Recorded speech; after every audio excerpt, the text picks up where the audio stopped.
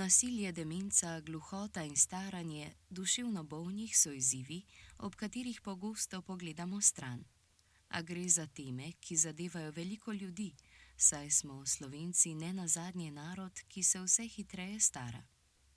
Prav o teh pogosto spregledanih vprašanjih so spregovorili na dogodku Staranje prinaša mnoge izzive, ki ga je organiziral Nacionalni inštitut za javno zdravje.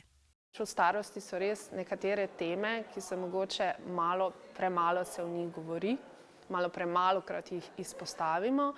Torej, gluhe in naglušne osebe v starosti, kaj se v bistvu dogaja na splošno, kaj to prinaša in starostnikom in tudi drugim osebam. Vsi se najprej spomnimo otrok z duševnimi težavami, nihče pa ne pomisli, kaj v bistvu s tem otrokom se potem zgodi, ko odraste, kdo bo skrbel zanj.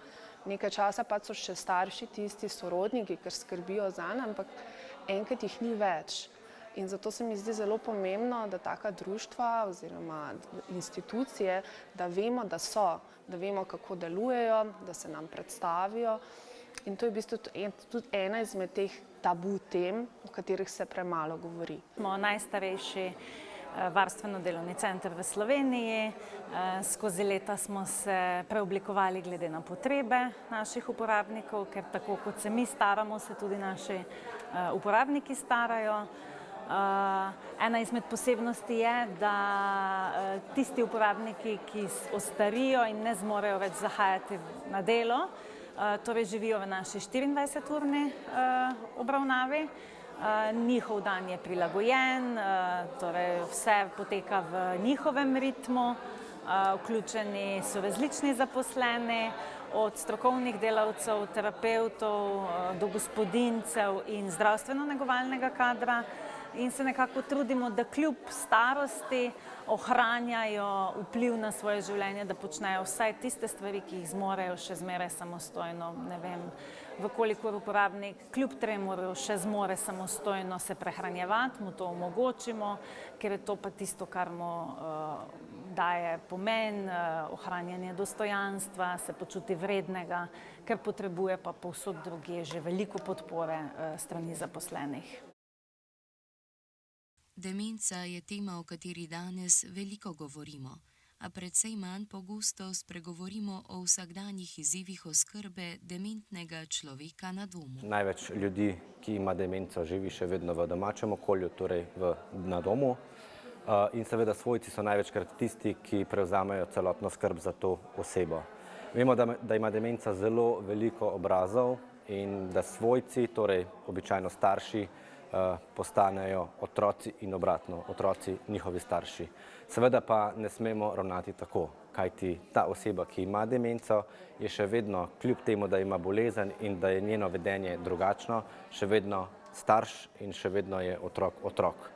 Tukaj vidimo, da se dogaja zelo veliko nepravilnosti oziroma pač svojci ravnajo nepravilno, kar seveda potem privede do različnih težav. Največ težav je ravno pri komuniciranju, torej besedno sporazumevanje in nebesedno sporazumevanje.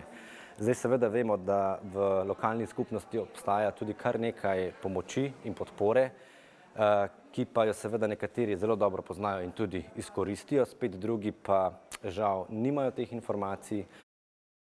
Staranje ne prinaša le zdravstvenih težav, temveč tudi številne druge izzive, med njimi tudi nasilje in diskriminacijo, ki sta pogosto prezrta, a zelo vsakdanja vidika staranja. Starejši so zelo, zelo ranljiva populacija, o kateri se res premalo govori, in nasilje je pa nekaj, kar nekateri radi izkoristijo. Ker starejši so ranljivi, pa jim lahko hitro kaj prodamo, pa hitro jih kam pošljemo. Nažalost pride tudi do kraj pri starejših, in mislim, da je to nekaj, kar pa sploh moramo biti pozorni. Zelo velik problem je sistemsko nasilje, nedostopnost do zdravstvenih storitev iz več razlogov. Še vedno mnogi nimajo svojega osebnega zdravnika. Drug problem je, da ga nima kdo naročiti, ker obstajajo samo še poti naročanja, so to portali. In tukaj gre tudi za varovanje zasebnosti enega starejšega človeka, zakaj bi silili mlajše, da to počnejo, dokler lahko še sami. Potem pa vzemimo tudi ta EMŠO. Ta EMŠO, se pravi samo starost, ker biološka starost ni rečeno, da je tudi kognitivna, da je tudi, pač številka rojstva ne pomeni vsega. Tudi določeni kodeksi etike zdravstvenih delavcev ne predvidevajo dejavnika starosti kot tistega, kjer naj bi ljudje enako vredno obravnavali. Potem je tukaj odločanje o tem, a bo nekdo operiran ali ne bo, a bo dobil take vgradne materiale ali druge, a bomo sploh diagnosticirali, a bo rehabilitacija ali ne bo. Potem imamo druge vidike, recimo trgovina. Blazna ponudba je zdaj take in drugačnih dobrin, potrebnih in nepotrebnih, tudi nasilno, zelo agresivno oglaševanje. Akviziterstvo, to posebej opozarjamo, to so neverjetne ideje, kaj vse starejšim prodati.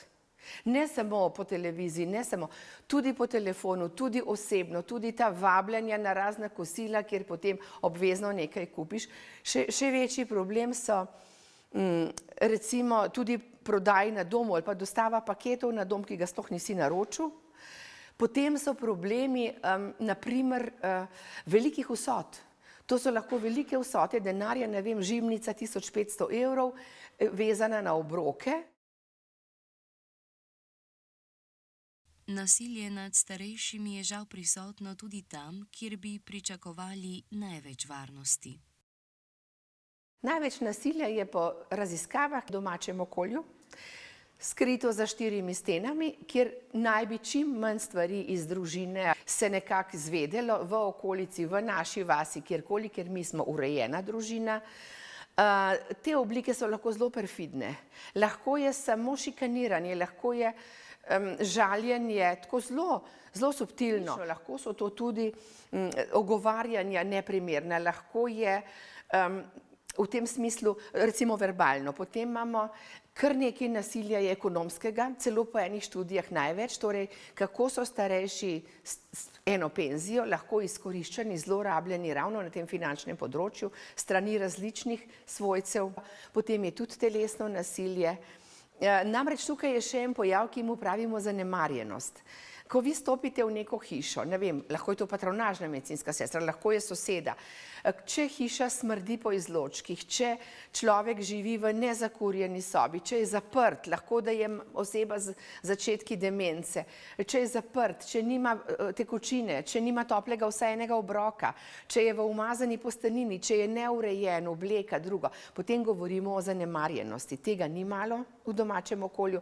Pol je tudi spolno nasilje, to je čista tabu tema, o kateri se sploh ne pogovarjamo, pa se dogaja. No in so še druge oblike, recimo ravno problem te osamljenosti, te izoliranosti, je lahko zelo velik, starejšega človeka izolirajo od vsega, nekako te socialni stiki so mu odvzeti, ta osamljenost je velik problem ravno v domačem okolju.